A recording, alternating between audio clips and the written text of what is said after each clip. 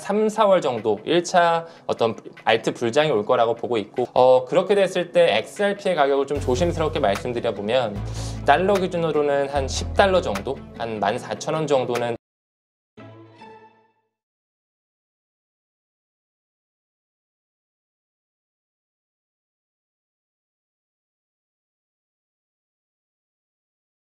네, 오늘 모신 분은 리플 빅뱅 책의 저자시죠. 문창훈 작가님 모셨습니다. 안녕하세요. 네, 안녕하십니까. 자, 지난번 나오셨을 때 처음에 우리 출연했을 때 그 리플 가격이 그 이후로 참 많이 올랐어요. 네, 맞습니다. 한 600원, 700원대에서 거의 한 4,000원 가까이 올랐다가 그 위에 다시 또 한 5,000원 정도까지 올랐다가 지금 다시 한 3,800원 뭐 요 정도에서 왔다 갔다 하는데 뭐 비트코인도 그렇고 요즘 암호화폐 시장이 상당히 이 부진합니다. 하락을 한 상태에서 계속 유지가 되는 것 같아요. 왜 이런 현상이 벌어지고 있는 거죠? 네, 일단 말씀 주신 것처럼 암호화폐 시장 자체가 장기적으로 지금 지지부진한 흐름이 연출되고 있다 보니까 개인 투자자 입장에서는 힘들어하는 모습을 정말 곡소리가 나는 사람들도 많이 나오는 것 같습니다. 몇 가지 이유를 좀 말씀을 드려보자면 일단은 뭐 중국발 AI 쇼크, 딥시크발 사건이 있었고 그 외에 트럼프를 필두로 한 관세 정책, 뭐 관세 전쟁이라고 하는 워딩까지 나오면서 매크로 상황이 굉장히 불확실성을 보여주고 있죠. 그렇다 보니까 지금 최근에 나왔던 물가 지표도 조금 더 높게 나왔던 부분도 사실 일조가 됐던 것 같아요. CPI, PPI 지수도 예상치가 상회가 되면서 뭔가 연준의 금리 인하에 대한 속도가 둔화가 됐다. 그리고 아직 매크로 경제가 너무나 불확실성을 보여주다 보니 앞으로 이제 안전자산 쪽에 조금 더 돈이 몰리는 거죠. 지금 이 금이라든지 미국 채권의 가격이 높아지면서 사람들이 위험자산 쪽보다는 안전자산 쪽에 조금 더 배팅하는 모습이 나오고 있고요. 한 번 더 나아가서는 최근에 아르헨티나 대통령, 이 밀레이 대통령을 통해서 밈코인이 하나 좀 나왔거든요. 리브라라는 밈코인이 나오면서 이게 약간 좀 사기 의혹을 또 받게 되다 보니 대중들 그리고 기관들의 관심이 조금 더 줄어들고 유동성이 메마르다 보니까 조금 이런 지지부진한 흐름, 장기적으로 좀 흘렀다. 이렇게 좀 말씀드릴 수 있을 것 같습니다. 네, 그러니까 참 여러 가지 노이즈가 발생이 되는데 진짜 지금 얘기하시니까 보니까 그 리브라, 아르헨티나 워낙 그 인플레이션에 의해서 되게 불안정한 나라라고 우리가 알고 있는데 이것도 그래요. 리브라 어떻게 추천을 하고 나서 바로 몇 시간 만에 94%가 폭락을 합니까? 맞습니다.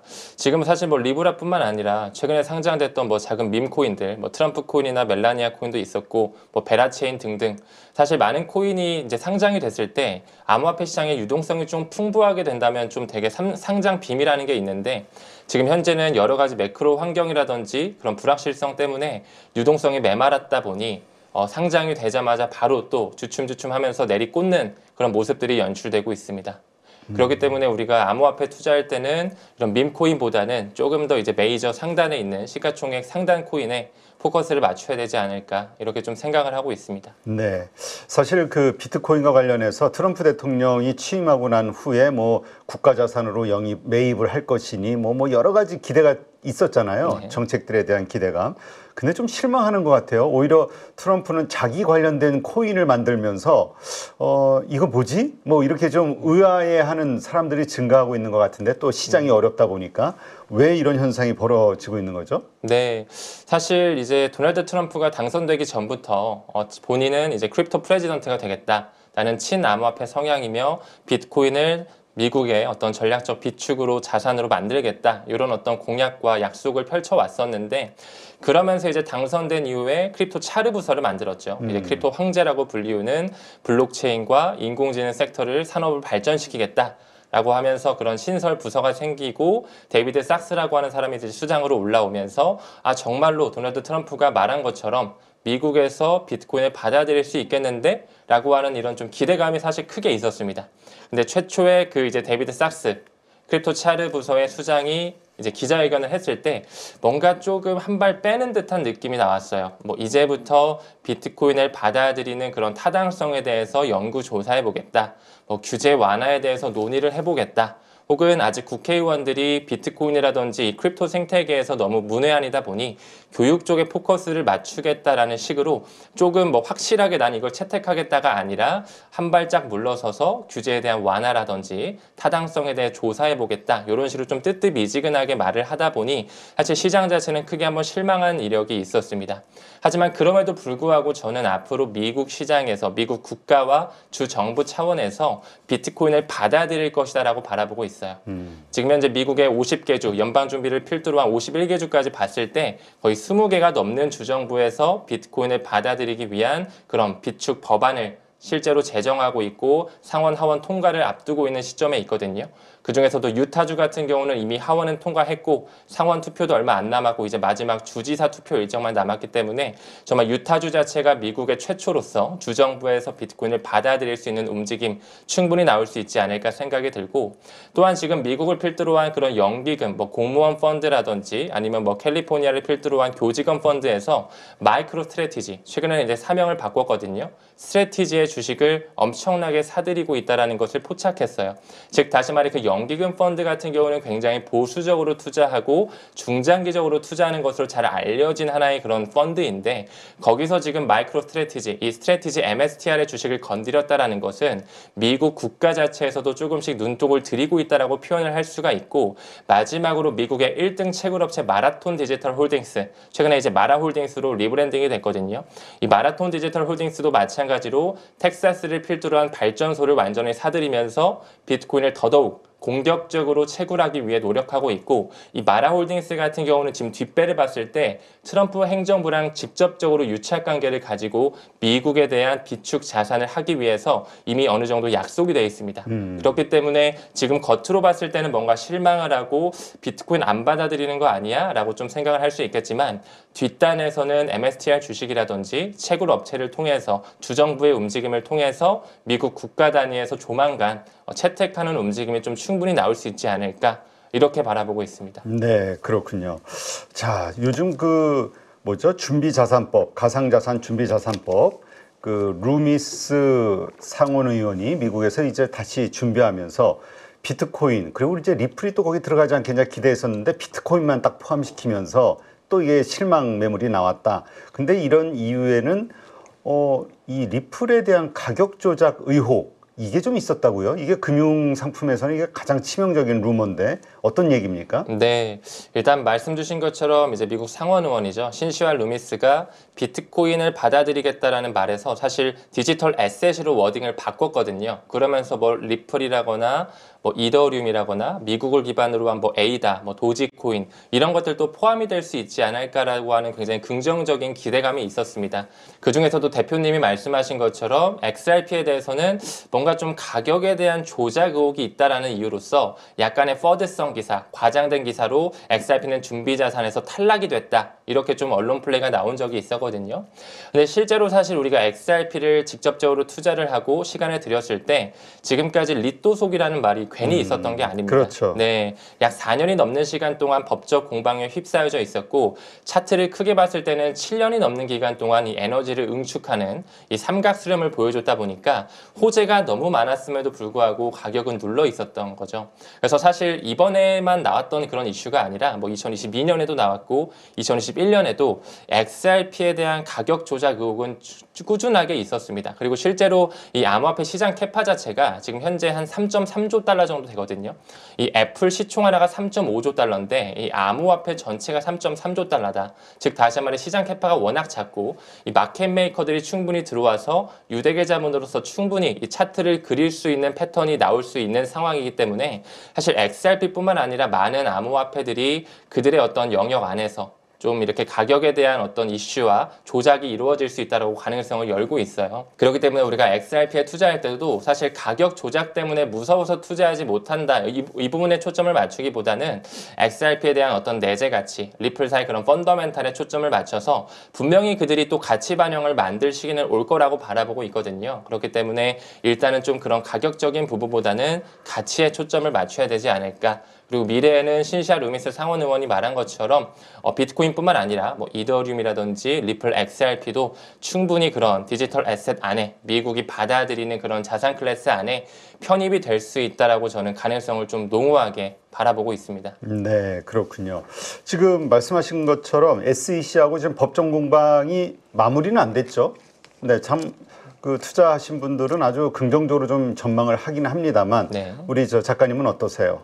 네, 사실 대표님 말씀하신 것처럼 아직까지는 리플과 SEC의 소송, 지금 항소까지 있어서 아직 마무리는 안 됐습니다. 마무리는 안 됐는데 사실 조만간 저는 이제 마무리가 될 수밖에 없다라고 봐요.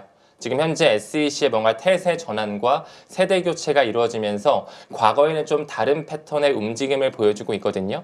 몇 가지 좀 예시를 들어서 말씀을 드리자면 일단은 최근까지 뭔가 리플 XRP에 대한 현물 ETF라든지 뭐 솔라나 ETF, 뭐 라이트코인 ETF, 많은 알트코인들의 ETF가 SEC로 신청이 됐을 때 사실 SEC는 지금까지 굉장히 반려하고 반대하는 듯한 모습을 보였어요. 근데 이제는 뭔가 뭐 비트와이즈의 XRP 현물 ETF라든지 그레이스케일의 XRP 현물 ETF를 신청을 받아들이는 움직임을 보여주고 있어요. 그렇기 때문에 이제 머지않아서 세계 최대 자산 운용사인 블랙록도 XRP에 대한 현물 ETF를 신청하지 않을까 좀 이렇게 기대감을 볼 수가 있고 무엇보다도 세대 교체가 굉장히 중요한 이슈가 될 수 있을 것 같은데 지금 작년을 기준으로 이제 폴 애킨스라고 하는 사람 과거 아서레빗이 위원장 할 때부터 있었던 SEC 위원이거든요. 이제 차기 위원장으로서 조만간 자리를 앉게 될 거고 그 이외에도 지금 직무대행을 하고 있는 마크 우에다라든지 SEC의 크립토의 태스크포스를 만들어서 이끌고 있는 헤스터 피어스 모두 다 친암호화폐주의 성향자이다 보니까 조만간 이제 리플과 SEC의 소송이 마무리될 것이다. 또 한 가지 말씀을 드리자면 지금 현재 뭐 그와 함께 상응되고 있는 바이낸스의 소송이라든지 컴벌랜드의 기각 요청이라든지 코인베이스의 소송이 지금 잠깐 중단이 되어 있습니다. 그렇기 때문에 머지않은 시점 리플에 대한 소송 이슈도 중단이 되면서 좀 끝나는 규제에 대한 명확성이 올 수 있는 시기가 도래하지 않을까 이렇게 좀 바라보고 있습니다. 그러니까 리플 관련해서만이 아니라 관련된 이 암호화폐에 여러 가지 그 걸쳐져 있는 소송들이 전부가 중단될 수 있다. 네, 맞습니다. 이것이 그렇게 보면은 리플만이 아니라 전체 관련된 그 어떤 종목들 아니면 암호화폐 시장의 호재로 나올 가능성이 있겠네요. 네, 물론입니다. 근데 오늘 또 보니까 그 트럼프 대통령이 리플을 언급했다 이런 얘기가 또 나오더라고요. 네. 이걸 어떻게 봐야 됩니까? 이거 트럼프 대통령의 마음속에 리플이 있는 건가요? 아니면 리플에 뭐 우연히 이렇게 좀 언급이 된 건가요? 네, 지금 저도 기사를 확인해 보니까 도널드 트럼프가 이 트루스 소셜이라고 하는 하나의 이제 커뮤니티에 XRP를 언급하면서 뭔가 관심을 보이는 듯한 움직임이 보이고 있거든요. 근데 사실상 리플사와 이 도널드 트럼프 행정부 같은 경우는 밀접한 유착 관계가 있다라고 저는 미루어 보고 있습니다. 최근에 있었던 리플의 C레벨들, 뭐 CEO라든지 CLO가 함께 도널드 트럼프와 저녁 식사를 하고 회동을 했다라는 사진이 이 리플의 CEO 브래드 갈링하우스의 트위터 계정에 올라온 바도 있었고 사실 도널드 트럼프가 당선되기 직전부터 과거부터 이 슈퍼팩 페어쉐이크라고 하는 정치 후원 자금 모금에 리플사가 굉장히 많은 막대한 자금을 후원한 바가 있었습니다. 또한 트럼프의 취임식 때도 각 암호화폐 회사들은 100만 달러 정도를 후원했는데 리플사는 500만 달러 정도의 XRP를 후원하면서 이미 도널드 트럼프는 XRP를 굉장히 많이 좀 보유하고 홀딩하고 있다라고도 볼 수가 있고 또한 선거 캠프를 운영하는 과정에 있어서도 암호화폐로서 기부금을 받았었는데 그때 7가지의 암호화폐로 이제 기부금을 받았었거든요. 그때 당연히 뭐 비트코인이라든지 이더리움도 들어가지만 거기에 XRP가 또 편입이 되어 있었어요.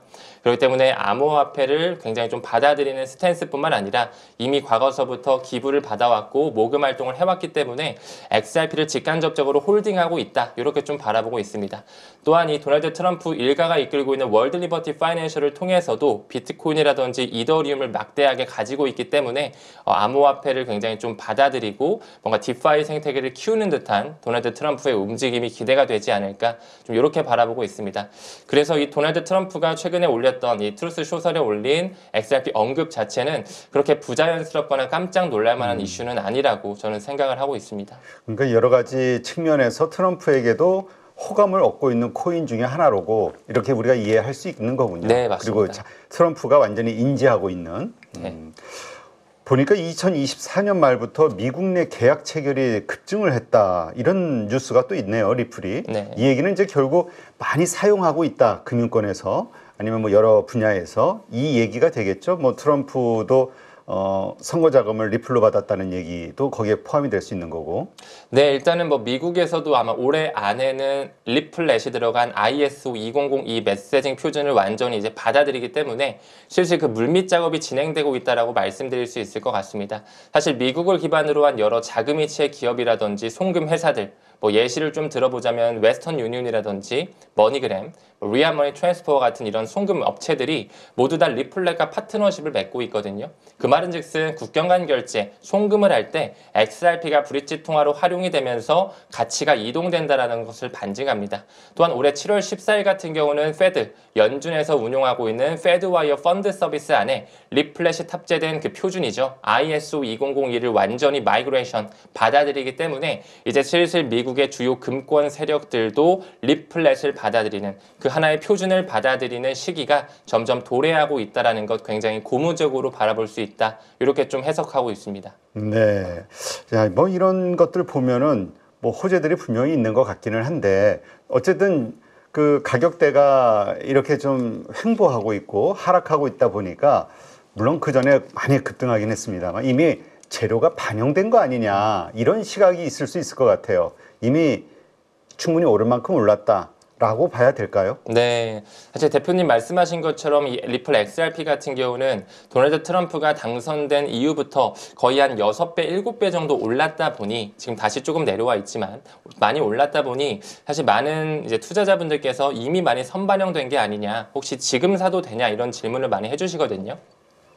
네, 저 같은 경우에 XRP가 과거에 좀 이렇게 오를 수 있었던 것은 그동안 너무나 많은 리또소 구간을 만들면서 에너지 응축 기간, 특히나 그 ISO 2001을 준수하는 코인들이 굉장히 도널드 트럼프가 당선된 이후에 많이 좀 올랐습니다. 뭐 스텔라 루멘도 있었고 헤데라라든지 알고랜드와 같은 그런 코인들이 굉장히 급등하는 모습을 보였었는데 그동안 수프링을 좀 눌러왔었다면은 이제는 좀 그 발을 좀 올리면서 슬슬 이제 다시 탄성의 법칙으로 원래 자리로 왔다라고 보고 있고 아직까지는 비트코인 또한 올라갈 수 있는 여력도 있으며 무엇보다도 이 알트코인의 대장으로 불리우는 이더리움 자체가 출발해주지 못하고 있기 때문에 이더리움이 어느 정도 가치 반영이 되면 라지캡에 있는 코인들, 뭐 솔라나라든지 XRP라든지 도지코인과 같은 그런 코인들 또한 반드시 순환매 사이클이 오면서 전통적인 4차 반감기 사이클이 오지 않을까. 그렇기 때문에 아직까지도 XRP는 저는 현저히 저평가되어 있다고 바라보고 있고 알트 시즌이 도래하게 됐을 때 충분히 큰 파급을 보일 수 있다는 가능성을 크게 열고 있습니다. 알트 시즌이라는 것은 결국 알트 코인의 불장, 우리가 소위 쉽게 이해할 수 있는 이 상황을 말씀하시는 거죠? 네, 맞습니다. 근데 어떻습니까? 이 알트 코인의 불장이 다가온다고 했을 때 이미 우리는 불장인 것 같거든요. 많이 오르는 거 보면은. 네. 근데 그런 불장이 온다고 하면은 지금의 오른 거와 무슨 차이가 있나요? 어떤 차이가 있죠? 네, 사실 이 암호화폐 시장 자체의 이 불장이라고 하는 것은 정말 뭐 20%, 30%를 바라보는 게 아니라 비트코인 기준으로도 거의 뭐 1.5배와 2배에 가까운 상승, 이더리움을 필두로 한 그런 알트코인 같은 경우는 적으면은 4배, 5배, 많게는 10배 이상까지도 갈 수 있는 그런 시장을 뜻하거든요. 우리가 저번 사이클 4년 전으로 돌아갔을 때도 20년, 21년도 사이클을 미루어 본다면 그때 당시 엄청난 파급을 보여줬기 때문에 지금 다시 한번 그런 글로벌 유동성 장세와 함께 엄청난 포모의 시기가 다시 한번 나올 것이다. 이렇게 좀 바라보고 있습니다. 근데 그 알트코인 불장이 올 수 있을 것이라고 믿으시나요? 지금 네. 시점에서도? 네, 왜냐하면 보고 있습니다. 너무 오랫동안 그 조정 기간, 하락 기간이 길어지다 보니까 이러다 그냥 바로 폭락장이 오는 거 아니냐 이렇게 생각하시는 분들도 있더라고요. 네네. 많은 분들께서 이제 막 코인에 투자하신 분들은 이 매크로 경제가 어렵고 뭔가 코인 시장 자체가 좀 지지부진하고 뭔가 사기 피해도 계속적으로 나오다 보니까 이번에는 뭔가 시즌 종료가 아닐까라는 식의 어떤 질문도 주시기도 하는데요.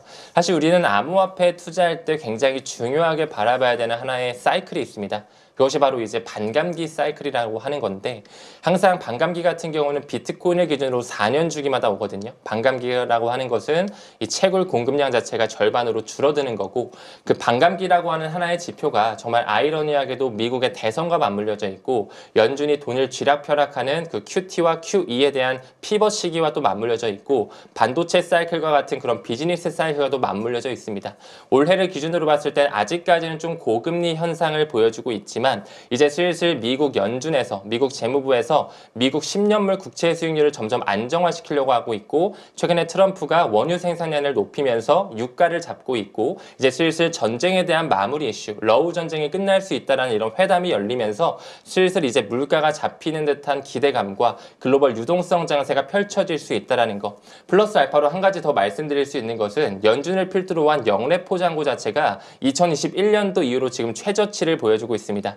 그 말은즉슨 유동성이 풀릴 수 있다라는 것으로 해석을 할 수가 있고 지금 현재 재무부에서 운용하고 있는 TJ 잔고가 약 8,100억 달러 정도가 남아있기 때문에 그 돈을 활용해서 시장에 풀게 되면 이 시장에 대한 분위기는 확실하게 역전이 되면서 180도 바뀔 수가 있다. 그렇기 때문에 저는 여전히 이 가격임에도 불구하고 시장이 굉장히 침체되어 있음에도 불구하고 2025년은 굉장히 큰 바나나 존이 형성될 수 있을 것이다. 이렇게 좀 바라보고 있습니다.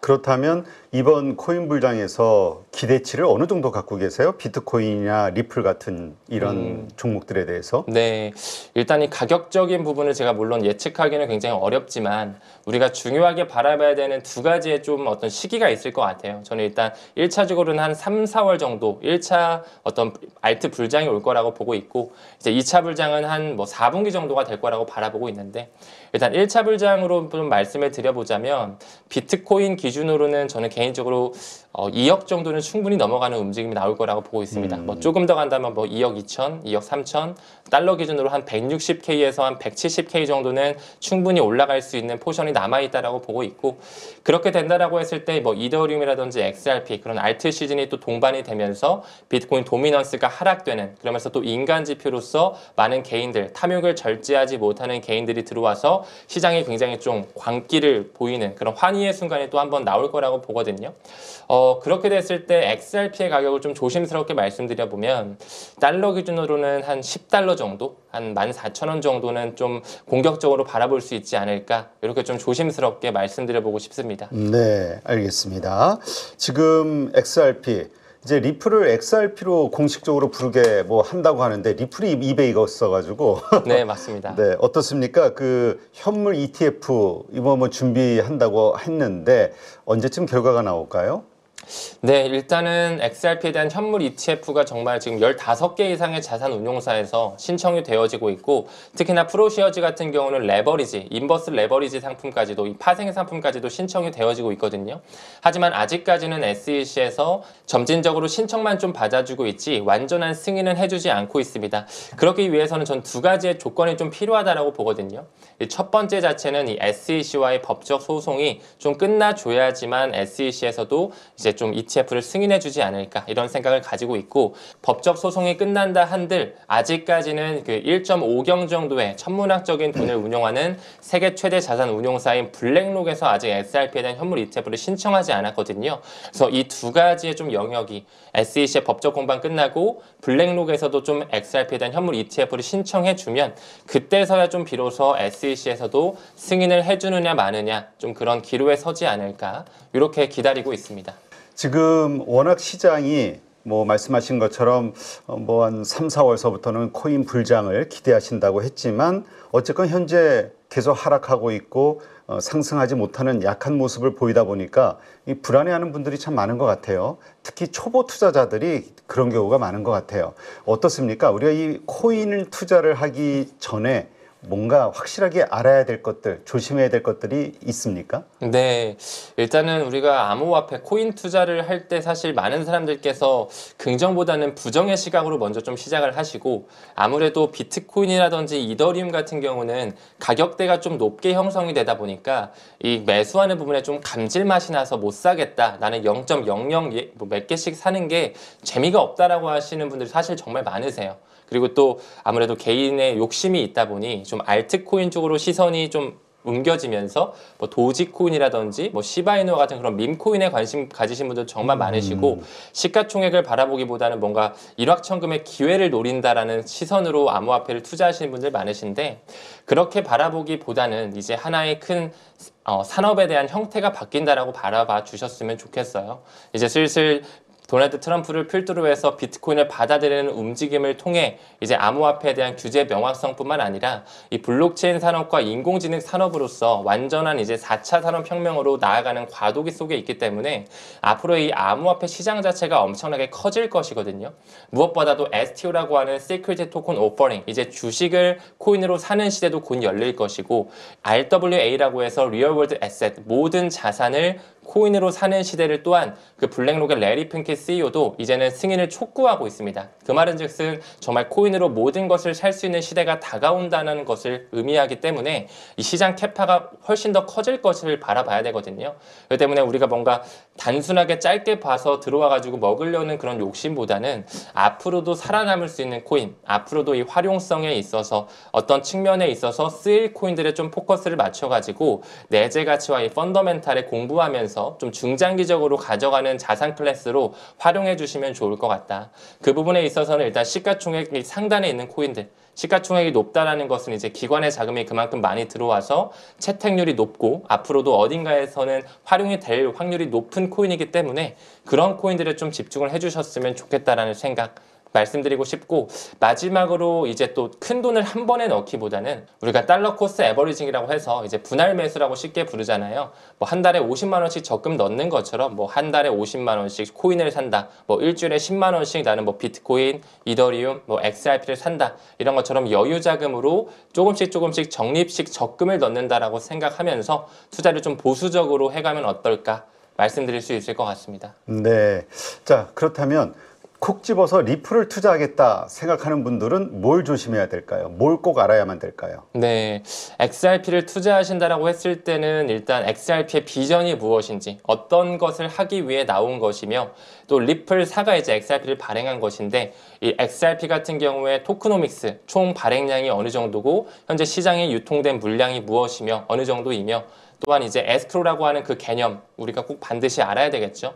그리고 리플을 발행한, XRP를 발행한 그 리플사의 역사와 언제 만들어졌고, 레이어 1 생태계가 XRP 레저인데 어떤 프로토콜, 어떤 메커니즘을 통해서 XRP가 소각이 되는지, 이걸 ODL이라고 하거든요. On Demand Liquidity라고 해서 이게 리플 페이먼트라고 불리우는 건데, 국경 간 결제에서 XRP가 정말 활용될 수 있을지 없을지에 대한 어떤 공부와 펀더멘탈, 그리고 이 세력들과 유착 관계를 종합적으로 미루어 보면서 XRP에 투자를 해야 된다, 이렇게 좀 말씀드리고, 사실 그거를 모르고 투자한다라고 하면 XRP에 대한 뭐 가격 조작이라든지 에스크로 물량을 통해서 매달 리플사가 10억 개씩 락업을 해제한다, 굉장히 리스키한 부분으로 다가올 수 있기 때문에 오래 가져갈 수가 없습니다. 그래서 더더욱 공부가 좀 수반돼야 되는 코인이 XRP가 아닐까, 이렇게 좀 생각하고 있습니다. 자, 그렇다면 이 XRP, 리플과 비트코인 어떤 차이가 있는 걸까요? 네. 아마 많은 분들이 이게 모르면서 할 것 같아. 네, 맞습니다. 네, 비트코인 같은 경우는 이제 뭐 최초의 블록체인이죠. 2009년 1월에 우리 이제 세상에 나오게 됐고, 사실 명분 자체가 이거였어요. 그때 2008년도에 미국발 이제 금융위기가 좀 있었다 보니까 더 이상 중앙은행을 못 믿겠다, 더 이상 은행을 믿지 않고 P2P로, 퍼슨 투 퍼슨이라고 해서 사람 대 사람이 피어 투 피어 방식, 바로 이 중앙 서버를 거치지 않고 돈을 자유롭게 움직이기 위해서 디지털 캐시 시스템을 하겠다라고 하는 그 명분으로서 나온 게 비트코인이거든요. 하지만 비트코인 같은 경우는 그 본질을 하기에는 너무나 큰 한계점이 있습니다. 일단 블록 크기 하나가 1MB로 제한이 되어 있기 때문에 이 초당 처리할 수 있는 트랜잭션 수 자체가 한 6건, 7건밖에 안 돼요. 그리고 수수료도 굉장히 비쌉니다. 그렇다 보니까 실제로 가치를 이동하는 부분에 있어서는 명확한 한계점이 좀 있고요. 그거를 보완해서 나온 코인이 바로 XRP 코인이라고 봐주시면 될 것 같아요. XRP 코인은 비트코인과는 다르게 이제 프라이빗 블록체인으로서 은행 간 거래를 하기 위해 탄생된 하나의 코인이라고 봐주시면 되고, TPS 자체는 비트코인이 아까 6에서 7 정도라고 말씀을 드렸는데 XRP의 경우 한 3,500건까지도 나오고 있거든요. 굉장히 빠른 국면을 보여주고 있다. 근데 사실상 또 TPS만 놓고 봤을 때 XRP보다 더 빠른 애들도 있습니다. 뭐 아발란체라든지 솔라나, 트론도 굉장히 빠른데, 실제로 그 금융 엘리트 세력들, 뭐 국제기구 중에서도 BIS, 국제결제은행이나 IMF, 국제통화기금의 논문이라든지 프로젝트를 미루어 봤을 때 실제로 국경 간 결제에서 쓰이는 프로토콜 자체는 리플 네트워크, 그걸 또 하나의 표준으로 지금 감싸놨거든요. 그 ISO 20022 안에 리플렛이 탑재되어 있기 때문에 반드시 은행망에서 활용되는 도매용 CBDC에 이동해서는 XRP가 쓰일 수 있다. 그렇기 때문에 비트코인은 하나의 디지털 금으로서 가치 저장 수단으로 봐주시면 되고, XRP 코인은 이제 정말로 돈을 옮길 때 쓸 수 있는 유틸리티 코인이다. 이렇게 좀 개념을 정리해서 바라봐 주시면 좋을 것 같습니다. 네. 근데 말씀하신 것처럼 많은 분들이 잘은 몰라도 인정하는 게 비트코인은 그냥 한정된 수량이 있는 그냥 희귀 가치, 이게 좀 희소 가치가 있어서 가격이 계속 이렇게 오르는 거야. 이걸 인정을 한단 말이죠. 네네네. 근데 리플은 되게 많은 개수를 가지고 있다라고 아는데 네.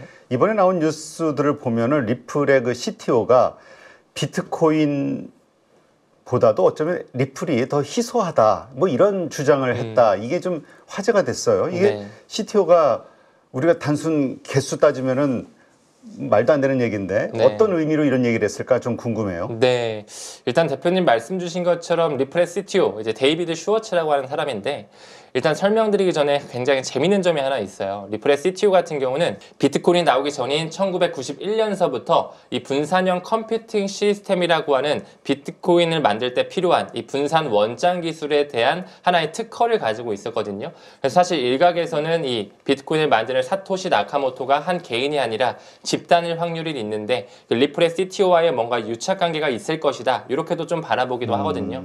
근데 무엇보다도 말씀 주신 것처럼 비트코인은 2,100만 개로 딱 한정 수량인데, XRP는 공급량이 굉장히 많아요. 1,000억 개로 지금 엄청 많이 풀려 있고, 네. 그리고 지금 소각량 자체도 뭐 한 1,300만 개 정도밖에 안 되거든요. 근데 이제 리플의 CTO가 왜 그렇게 말을 했을까를 우리가 한번 이런 이론적인 공부와 지금까지의 트랜잭션 상황과 미래 비전에 대해서 미뤄본다면, 사실 XRP 같은 경우는 가장 큰 유틸리티를 가져갈 수 있는 시장 파이의 접목이 됩니다. 그것이 바로 이제 금융의 파이프라인이라고 불리우는 스위프트 망인데요. 지금 현재 기준으로 스위프트 망 자체의 시장 캐파는 한 한화로 봤을 때 20경 원 정도 됩니다. 달러 기준으로 한 156조 달러가 되는데, 이제 전문가들이 예측치를 바라봤을 때 뭐 많은 자산의 토큰화가 이루어지고 주식을 또 코인으로 살 수 있는 시대라든지 뭐 부동산 또한 코인으로 살 수 있는 시대가 열리면 더욱더 스위프트 시장 자체가 커질 것이라는 걸 전망하고 있거든요. 2027년에는 250조 달러, 2030년에는 300조 달러까지 커질 수 있는 이 스위프트 시장 규모에서 도매용, 그 엔터프라이즈급에서 국경 간 결제, 돈을 송금할 때 정말 리플 네트워크가 채택이 돼서 활용이 된다라고 하면 정말 기하급수적으로 그 소각량이 늘어날 수가 있다는 이 포텐셜을 절대 간과해서는 안 됩니다.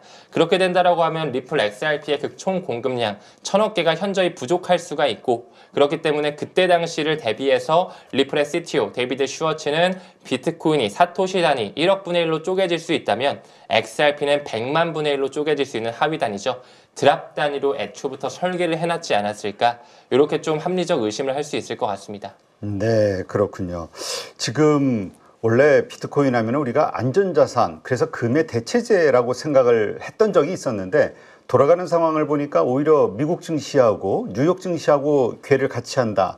그래서 이것도 정말 위험 자산으로 봐야 된다라는 시각이 이제 다시 퍼지고 있는 것 같아요. 네. 어떻습니까? 그렇다면 결국은 우리가 거시경제 흐름, 이것에 따른 가격 변동이 있을 것으로 예상하는 게 분명할 것 같은데, 앞으로의 거시경제는 어떻게 예상을 하세요? 네, 앞으로의 거시경제 자체가 사실 지금 현재 굉장히 불확실성을 보여주고 있잖아요. 최근에 나온 물가지표도 조금 예상치를 상회했고, 트럼프의 관세 정책으로서 뭔가 또 하나의 뭔가 위기가 펼쳐질 수 있고 물가가 더 오를 수 있다는 위기 속에 있는데, 저는 앞으로는 유동성 잔세가 펼쳐질 수 있는, 시장이 다시 한번 호황을 띨 수 있는 거시경제로 있어서는 긍정적으로 바라보고 있습니다. 그 부분의 일환으로는 지금 현재 미국의 영래포 잔고가 최소치를 보여주고 있기 때문에 이제 슬슬 QT에서 QE로 전환될 시기를 보여주고 있고, TJ 잔고 또한 굉장히 높게 형성이 되어 있거든요. 약 8,100억 달러 정도의 충전량이 있기 때문에 그것을 시장에 풀 수가 있다는 걸 좀 말씀드리고 싶어요. 그리고 이제 슬슬 고금리를 유지했다면 다시 점진적으로 금리를 내리고 있는 QE가 진행되고 있는 상황이 연출될 것이기 때문에 앞으로의 매크로 경제, 또 도널드 트럼프가 이제 임기가 이제 막 시작이 됐고 내년에 또 중간 선거가 있기 때문에 앞으로 올해 같은 경우 굉장히 좋은 암호화폐라든지 미국 증시, 아직은 커플링 되어 있기 때문에 좋은 상승률이 좀 펼쳐지지 않을까, 이렇게 좀 바라보고 있습니다. 요즘 뭐 미국 증시의 어떤 흐름을 보면서 골디락스 장세다 이런 얘기를 하더라고요. 이러한 것이 결국은 코인에게도 유리한 환경이라고 봐야 되는 거잖아요. 네네. 하지만 요즘 보면 알겠지만 하락한 상태에서의 그 횡보가 계속 길어지고 있어서 이거 왜 이럴까? 왜냐면 뉴욕 증시는 신고가를 경신해 나가는 이런 상황이니까 네. 왜 여기에서 이런 현상이 벌어질까라고 의문점을 갖는 분들도 있는 것 같아요. 네, 사실 암호화폐 시장의 이 캐파 자체가 워낙 작다 보니까 이 세력들이 움켜쥐고 있는 뭐 DWFLX라든지 윈터뮤트라든지 GSR 등등 마켓 메이커가 들어와서 이 차트를 그리고 가격을 좀 일부러 매도 물량을 만들 수가 있는 환경에 처해 있거든요. 그래서 사실 원래 이제 미국 증시가 가주면 이제 코인 시장도 같이 따라가 줘야 되는데 조금 시간차가 발생하고 있습니다. 저는 이를 하나의 개미털기의 과정으로 보고 있고 최근에 롱 물량 15조 원이 육박하는 돈이 청산이 됐거든요. 지금 그 이후에 다시 좀 피바다를 보면서 개인들의 곡소리가 나오고 있는데 저는 오히려 이제 개인들이 좀 떨어져 나간 이후에 다시 한번 기관의 자금으로 끌어올리지 않을까. 왜 그러냐면 지금 현재는 개인들은 시장을 빠져나가고 있지만 그 기관들, 세력들은 뒤에서 공격적으로 매집을 하고 있거든요. 그들이 매집하고 나서 시장을 떨어뜨리는 일은 지금까지 없었습니다. 그렇기 때문에 그들이 다시 한번 끌어올려서 대중들을 어느 정도 유인을 시키고 환희에 차게 되면 다시 한번 시장을 붕괴시키는 이런 사이클이 반복되지 않을까. 그래서 조금만 더 기다리게 되면 아마 암호화폐 시장에서도 훈풍이 불 거라고 저는 바라보고 있습니다. 네. 자, 그렇다면 어쨌건 이제 이러한 어떤 기간이 지나면 다시 이제 불장이 올 것으로 예상하시는 그걸 이제 다들 기다리고 있을 텐데 가끔 또 나오는 노이즈 중에 하나가 보면 뭐 북한도 해킹으로 탈취를 했다는 뉴스들도 나오고 뭐 양자 컴퓨터에 의해서 뭐 여러 가지 어려운 그 해킹 문제가 좀 생길 수도 있다라는 걱정들이 나오거든요. 그런데 그럴 때 뭐 아직까지는 양자 컴퓨터 세상은 멀었다 이런 얘기가 또 나와서 무마되기도 하는데 오늘 보면은 중국에서 우콩인가 양자 컴퓨터 발표를 하면서 네, 네. 미국의 아이온큐라든가 이런 쪽들이 다 폭락했단 말이에요. 네네네. 이게 정말 빨라지는 것 같아. 그러니까 이거 정말 안전할까? 다시 좀 고민하시는 분들이 있는 것 같아요. 네. 사실 암호화폐 시장에 투자하면서 이 양자 컴퓨터에 대한 이슈가 사실 이번이 처음이 아니거든요. 저번 사이클 때도 있었고 한데 최근에는 사실 이제 좀 이렇게 대두화됐던 게 뜨거운 감자로 올라왔었죠. 구글이 만든 윌로우였던 것 같아요. 윌로우라는 양자 컴퓨터가 나와서 암호화폐를 해킹할 수 있다. 이거를 완전히 침범해서 암호를 해독함으로써 가치가 없어질 수 있다라는 이런 부담감, 불안감으로써 시장이 굉장히 또 침체가 됐었는데 실제로 우리가 양자 컴퓨터의 이론을 한번 파보게 됐을 때 이 양자 컴퓨터 안에서 정보를 세는 단위로 이제 퀀텀 비트라는 말을 쓰거든요. 이제 우리가 줄여서 큐비트라고도 불리는데 지금 현재 구글 윌로우에서 구현하고 있는 이 큐비트의 양자체가 약 103 정도가 됩니다. 근데 실제로 비트코인, 이 블록체인의 암호를 해독하기 위해서 필요한 양자 컴퓨터의 그 개수는 3천만 큐비트가 필요해요. 그래서 이론적으로 봤을 때는 한 10년 정도 시간이 지나면 양자 컴퓨터에서 기술 발전이 있어서 큐비트가 늘어날 거기 때문에 10년 이후에는 비트코인을 해킹할 수가 있다. 이런 식으로 이론적으로 볼 수는 있겠지만 사실상 이것은 물리적으로는 저는 힘들 거라고 봐요. 왜냐하면 비트코인 같은 경우는 또 하드포크가 될 수 있는 업그레이드의 가능성 또한 있고 지금 계속적으로 블록체인의 개발진 역시 이 양자 컴퓨터 산업이 발전하는 것처럼 이 블록체인에 대한 보안성이나 확장성 굉장히 또 개발이 급진적으로 이뤄지고 있기 때문에 사실 미래로 갈수록 이 양자 컴퓨터 이슈와 블록체인에 대한 산업은 이 갈등하고 대립하는 게 아니라 저는 융합을 이루면서 오히려 미래에는 이 블록체인, 이 암호화폐를 해킹하지 못하기 위해서 양자 컴퓨터의 어떤 기술력을 가져올 수 있는 서로 이제 공존하는 시대가 열리지 않을까라고 바라보고 있습니다. 무엇보다도 이 코인 생태계 자체를 그 금융 엘리트들, 이 세력들이 만들었기 때문에 더더욱 이 코인 생태계 이미 비트코인 ETF도 이제 받아들여졌고 제도권 편입하는 과정에 있어서 붕괴하기보다는 더욱더 산업을 크게 확장시키는 국면으로 가지 않을까 이렇게 좀 바라보고 있습니다. 네. 자, 지금 불장을 기다리지만 또 어떤 면에 있어서는 그런 상황이 오지 않았을 때는 또 빠른 어떤 손절이 필요할 수도 있잖아요. 아니면 뭐 불장이 와서 왔다 하더라도 가장 좋은 가격에 팔기 위해서는 또 적절한 매도 타이밍이 알아야 되고 네. 어떻습니까? 매도를 하기 전에 이 코인을 매도하기 전에 가장 중요하게 봐야 되는 지표들이 있다면 그걸로 타이밍을 잡는 지표가 있다면 어떤 게 있을까요? 네, 크게는 한 두 가지 정도를 말씀드려보고 싶어요. 일단 첫 번째는 비트코인이 암호화폐 시장에 어느 정도의 시가총액 포션을 차지하는지를 알려주는 비트코인 도미넌스입니다. 지금 현재는 약 60% 정도 되어 있거든요. 암호화폐 전체에서 비트코인이 차지하는 시가총액이 한 61, 2 정도 왔다 갔다 하고 있는데 이게 이제 쭉쭉 내려오면 그러니까 내려온다라는 것은 이더리움을 필두로 한 알트코인들의 시가총액이 커지다 보니까 비트코인이 이제 상승했음에도 불구하고 이제 좀 쪼그라드는 거죠. 한 50 밑으로 한 45에서 50 사이 정도에 오면 이제 완연한 알트코인 시즌이라고 봐도 돼요. 근데 알트코인 시즌은 우리가 지금까지 겪어봐서 알지만 길어야 한 달, 뭐 정말 길어야 5주거든요. 정말 짧고 강하게 오기 때문에 비트코인 도미넌스가 한 45에서 한 50 사이 그 언저리에 있다면 그때부터는 우리가 천천히 좀 팔고 나갈 준비를 해야 된다 이렇게 보고 두 번째는 이제 정말 또 굉장히 뭐랄까요 느껴지는 지표라고 보일 수 있을 것 같은데 바로 인간 지표입니다. 인간 지표. 인간 지표. 네, 여러 가지가 있겠지만 뭐 갑자기 김치 프리미엄 우리나라에서 나오는 그런 김치 프리미엄이 글로벌 시세보다도 굉장히 높게 형성이 돼 있다. 그 말은즉슨 우리의 국내 투자자들이 굉장히 많이 업비트라든지 빗썸 어플을 깔아가지고 K뱅크 개설해서 사고 있다는 것을 뜻하잖아요. 김치 프리미엄이 15에서 20이 넘어가 버리면 우리가 그때는 조금 어느 정도 과열이 됐다. 20이 넘어가 버리면 정말 이제 그때 좀 버블의 시기라고 느껴질 정도로 우리가 좀 느끼면서 좀 가격을 내려놓고 팔아야 되는 시점이 아닐까 보고 있고요. 무엇보다 또 글로벌적으로 봤을 때는 코인베이스의 앱순위, 코인베이스 같은 경우는 미국의 1등 거래소거든요. 거기에서도 기관이라든지 개인들이 어느 정도 탐욕을 부려서 우리가 다운로드를 하고 있는지 이 부분도 우리가 한번 체크해 볼 필요는 있습니다. 그래서 코인베이스 앱순위가 한 5위권 안쪽으로 오게 되면 그때도 또 과열 지표라고 보고 있고 그런 어떤 구글 트렌드의 인간 지표를 보면서 많은 암호화폐 공부하지 않은 투자자들이 코인 시장에 들어왔다? 그러면 또 세력들이 정말 무섭게 또 붕괴를 시켜버리거든요. 그들한테 물량을 떠넘기고 시장을 아예 떨어뜨리기 때문에 그런 어떤 지표를 좀 활용하면 좋을 것 같습니다. 네, 알겠습니다. 많은 분들 이런 거 한번 잘 참고하시면서 매도를 언제 할 것이냐 미리 좀 사전에 공부하는 것도 필요하겠네요. 네.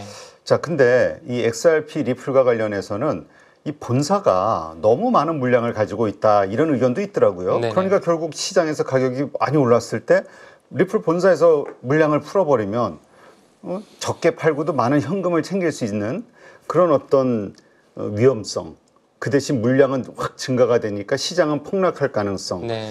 이거에 대해서 우려를 하던데 어떻게 보세요? 네, 사실 XRP에 투자함으로써 이 재단이 물량을 많이 가지고 있다라는 것은 항상 있었던 리스키한 부분이었던 것 같습니다. 지금 현재 이제 작년도 4분기 시장 보고서를 미뤄보았을 때 에스크로 물량으로 가지고 있는 XRP 물량이 약 380억 개 정도 가지고 있고 리플사가 보유하고 있는 XRP 물량이 약 44억 개 정도 되거든요.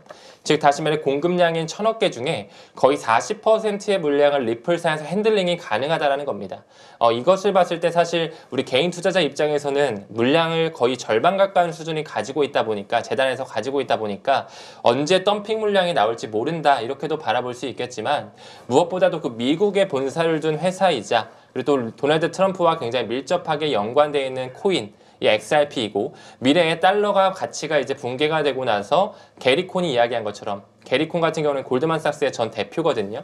게리콘이 과거에 이런 얘기를 한 바가 있었어요. 이제 전 세계적으로 암호화폐가 통용화되는 시대가 올 것이다. 근데 그것은 비트코인이 아니라 굉장히 에너지 친화적이고 즉 다시 말해 채굴이 되지 않고 대중들에게 굉장히 익숙한 코인이 전 세계에서 뭔가 세계 준비 통화로서 제2의 기축 통화로서 쓸 가능성이 농후하다라고 얘기한 바가 있었거든요. 저는 이런 그 에스크로 물량이라든지 리플사가 가지고 있는 물량이 연준에서 혹은 도널드 트럼프를 필두로 한 재무부에서 충분히 핸들링을 하면서 그들이 다시 한번 비트코인을 기반으로 한 결제 플랫폼으로서 XRP의 유틸리티를 활용하는 세계 준비 통화로의 그 가능성을 충분히 좀 이렇게 쥐락펴락하지 않을까 이렇게 좀 바라보고 있습니다. 네, 그러니까 어쨌든 본사 차원에서도 시장에 충격을 줄 만한 행위는 하지 않을 것이다. 이걸 합리적으로 이렇게 봐야 된다. 이렇게 이해하면 될까요? 네, 그렇게도 볼 수가 있겠고요. 무엇보다도 이 스위프트 망 자체의 XRP가 이제 탑재가 되면서 브릿지 통화로 활용이 되다 보니까 사실 그렇게 많은 물량을 가지고 있음에도 불구하고 데이비드 슈워츠 리플의 CTO가 말한 것처럼 어쩌면 비트코인보다 부족한 수량일 수도 있다라는 말과 조금 같이 궤를 봐야 될 거라고 보고 그만큼 있습니다. 사용처가 많다. 네, 맞습니다. 이렇게 보는 거군요. 네네. 이걸 그 유통이 되는 게 아니라 가지고 계속 이렇게 사용하고 저렇게 사용하고 계속 그 안에서 돌아야 된다. 맞습니다. 그런 차원에서 일본의 SBI에서 주주들에게 XRP로 뭐 보상하는 프로그램을 만들었다 이런 뉴스도 있던데 이런 게 같은 궤를 하는 겁니까? 어떻게? 네, 맞습니다. 정확히 같이 간다라고 봐주시면 좋을 것 같고요. 사실 SBI 그룹 같은 경우는 이제 일본의 메이저 금권인데 2016년 5월서부터 리플사와 함께 지분 6대4로서 나누면서 SBI 리플 아시아라고 하는 하나의 합작회사까지 만든 바가 있었고 최근에 SBI 그룹에서 이제 주주들에게 XRP로 보상을 주는 그런 프로그램이 있었지만 사실 2019년서부터 이미 SBI 주주들에게 배당금으로서 XRP를 주는 그런 형태가 또 있었어요. 또한 SBI 그룹 뒷배를 봤을 때 소프트뱅크뿐만 아니라 그 미국 유대계 자본, 그 영국을 필두로 한 로스차일드 가문의 그 로스차일드 펀드가 또 이렇게 투자가 유치돼 있거든요. 그 로스차일드의 그 펀드 보고서를 봤을 때 약 8.7%의 지분을 SBI를 통해 XRP를 소유하고 있다. 그러면서 이제 본인들이 굉장히 좋은 수익률을 봤다라는 그런 보고서가 또 있습니다. 그렇기 때문에 SBI와 리플의 움직임 굉장히 또 유착 관계가 있고 친화적으로 가고 있으면서 SBI CEO 기타오 요시타카 같은 경우는 2025년 이제 올해를 기준으로 일본의 모든 은행에서 XRP를 활용할 것이다라고 과거부터 샤라웃 해왔던 바가 있었습니다. 또한 이제 머지않은 시점 일본 오사카에서 엑스포가 열리거든요. 이제 엑스포가 열리는 부분에서 XRP 레저의 그 XLS20D라고 하는 메인넷을 통해 약 1000개 가까운 NFT가 발행이 됩니다. 그리고 또한 일본의 모든 금권 중에 80% 이상, 뭐 메이저 금권 중에 뭐 미지오, 미쯔비시, 스미토모 미츠, SBI 당연히 들어가겠죠. 신세이 은행 등등 많은 일본의 은행 중에 80%가 이미 리플사와 파트너십을 맺고 있어요. 그런 거를 미루어 보았을 때 이제 슬슬 일본 금권에서 XRP를 통한 국경 간 결제, 송금 메커니즘을 리플렛과 함께 가기 위해 노력하고 있다. 이렇게 좀 볼 수가 있고 마지막으로 리플 SBI 산하에는 SBI 리밋이라든지 SBI 벤처 캐피탈 트레이드와 같은 이런 회사가 지금 현재 일본뿐만 아니라 뭐 말레이시아라든지 베트남, 필리핀과 같은 이 동아시아 지역에서 리플렛을 활용한 국경 간 결제를 이미 하고 있거든요. 그런 부분을 미루어 본다면 그 SBI CEO 기타오 요시타카가 말한 것처럼 XRP에 대한 활용처 앞으로 계속 물 쏟아지듯이 나올 것이다. 이렇게 바라보고 있습니다. 하여튼 뭐 여러 가지 긍정적인 요소들 물론 노이즈들도 있습니다만 그래서 이제 3, 4월 불장을 기대하시는 건데 이러한 사이클상 당연히 올 거라고 믿는 많은 분들이 있는 거죠. 그런데 혹시라도 안 올 수도 있잖아요. 세상 일이라는 게 그쵸. 그 네. 100% 확실하다면 뭐 집 팔고 뭐 다 팔아야지. 네, 맞습니다. 그래서 올인해야죠. 어떤 일이 생겼을 때는 그런 기대감이 있다 할지라도 바로 매도를 해야 될까요? 어떤 상황이 나온다면? 저는 사실 이제 2025년 자체가 정말 큰 상승도 있지만 정말 큰 급락, 큰 하락도 있을 거라고 바라보고 있거든요. 무엇보다도 2025년에는 또 경기 침체의 이슈, 실제로 이제 대공황까지도 가능성을 열어놓고 있습니다. 그러니까 한 번에 버블이 좀 생성이 될 거라고 보는데 그 버블 이후에는 굉장히 긴 기간 동안 하락하면서 폭락하는 장세가 한 6, 7개월 정도는 저는 이어질 수 있다라고도 보거든요. 그렇게 생각하는 몇 가지 이유를 좀 말씀드려 보자면 일단은 그 워렌 버핏이 이끌고 있는 투자사 이 버크셔 해서웨이 현금 비중이 지금 역대 최고치를 보여주고 있습니다. 작년 연말서부터 뭐 애플의 주식이라든지 뱅크 오브 아메리카의 주식을 대거 처분하면서 매각하면서 현금 비중을 엄청나게 늘려놨거든요. 근데 그 워렌 버핏의 움직임, 버크셔 해서웨이의 이 현금 비중을 봤을 때 과거에 이제 닷컴 버블이 있기 전에도 현금 비중이 정말 높았고 2008년에 미국발 금융위기가 있기 전에도 현금 비중이 엄청 높았어요. 그러다가 시장이 크게 붕괴되면 그 버크셔 해서웨이의 자금을 통해 굉장히 싼 값에 사들였습니다. 네. 그래서 이번에도 이 버크셔 해서웨이의 자금이 굉장히 높다라는 게 어떻게 보면 우리가 좀 눈여겨보면서 리스크 관리를 해야 되지 않을까. 현금 비중도 어느 정도 좀 보유해야 되지 않을까. 이렇게도 좀 바라보고 있고 작년부터 이제 일본의 금리가 마이너스에서 제로 금리에서 지금 인상이 되면서 작년 8월 5일에는 이제 블랙 먼데이죠. 앵크레 트레이드 청산까지 있었어요. 근데 그 시점을 봤을 때 미국 금리 인상으로서 이 앵크레 트레이드 청산 이 플러스 금리가 된 게 17년 만에 있었다라고 해요. 근데 그 17년 전으로 돌아가게 되면은 딱 2007년이거든요. 작년 기준으로 17년 전이면 2007년인데 그 다음 해에 미국발 금융위기가 있었단 말이죠. 그렇기 때문에 작년에 이제 일본을 통해 앵크레 트레이드 청산이 시작됐다라는 것은 이 2007년에 있었던 미국발 금융위기 이 1년 후인 거죠. 그래서 작년을 기준으로 이제 올해가 어쩌면 또 이런 큰 붕괴가 한번 또 있을 수 있지 않을까. 무엇보다 지금 현재 이 유럽 중앙은행 총재를 역임하고 있는 크리스틴 라가르드, 그 전에는 이제 IMF 총재를 역임했었는데 그분께서도 2015년에 큰 대공황이 한번 펼쳐질 수 있다라는 예언을 한 바가 있었거든요. 이런 부분을 좀 우리가 간과해서는 안 될 것 같다. 그리고 무엇보다 암호화폐 시장 같은 경우는 항상 이 급등이 있으면 급락이 있는 시장이기 때문에 저번 사이클도 그렇고 저저번 사이클도 이 양봉을 이렇게 만드는 부분에서 안에 이 골짜기를 크게 한번 만들었거든요. 그러니까 사실 많은 개인들이 암호화폐를 통해 돈 벌기는 굉장히 어렵습니다. 정말 이 내재 가치를 보고 사이클을 보면서 이 매크로 경제를 종합적으로 봐야지만 그들이 끌어올릴 때 어느 정도 이제 탐욕을 내려놓고 분할 매도를 하는 전략이 좀 탁월하게 먹히지 않을까. 이렇게 좀 바라보고 있습니다. 네.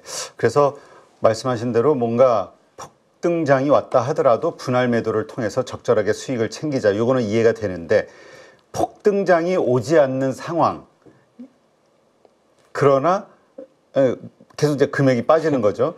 그럴 때는 어떻게 그냥 그거 폭등을 기다리면서 계속 기다려야 될지 아니면 어느 정도 빠지면 안 돼. 그냥 역시 분할 매도를 해야 될지. 이런 것도 있나요? 방식이?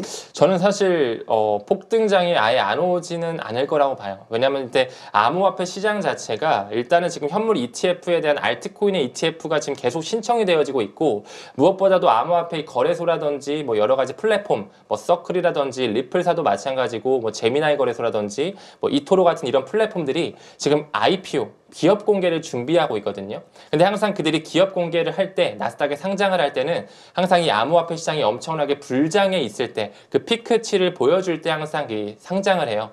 2021년 4월 달로 기억을 하는데 그때 코인베이스가 딱 상장했던 시기 자체도 딱 피크치를 찍었던 비트코인이 약 8천만 원까지 올라가 있었던 그 시기입니다. 그렇기 때문에 괜히 그 IPOC를 준비하는 건 아니라고 생각을 하거든요. 그렇기 때문에 올해 안에는 반드시 한 번에 큰 불장이 올 거라고 보고 있어요. 그렇기 때문에 뭐 시장이 붕괴되는 것에 대해서 너무 걱정하기보다는 일단 꾸준하게 좀 공부를 해서 코인 수량을 좀 모아가고 그들이 끌어올릴 때는 여러 가지 좀 지표라든지 매크로 경제 상황도 좀 보면서 분할 매도를 해야 되지 않을까 이렇게 좀 바라보고 있습니다. 네, 이 투자를 오래 하신 분들 말씀 들어보니까 이런 장에서는 그 알트코인에 투자를 해야지 비트코인 투자에서는 수익률이 네네. 낮다 오히려. 네. 그래서 이제 알트코인 가운데서 그렇게 폭등할 만한 알트코인이 뭐가 있을 것이냐를 이제 열심히 공부해서 찾아내는 노력들을 하시던데 어떻게 보세요? 어떤 것을 가장 수혜 코인이라고 생각하세요? 저는 이제 또 리플 빅뱅의 저자이다 보니까 리플. 일단 XRP로서 올해 2015년은 정말 이 책 제목처럼 리플 빅뱅의 해가 될 것이다. 저는 항상 이렇게 제 구독자님들에게도 말씀을 드리고 있거든요. 그래서 XRP가 굉장히 큰 상승, 하지만 또 그만큼 큰 하락도 물론 있겠죠.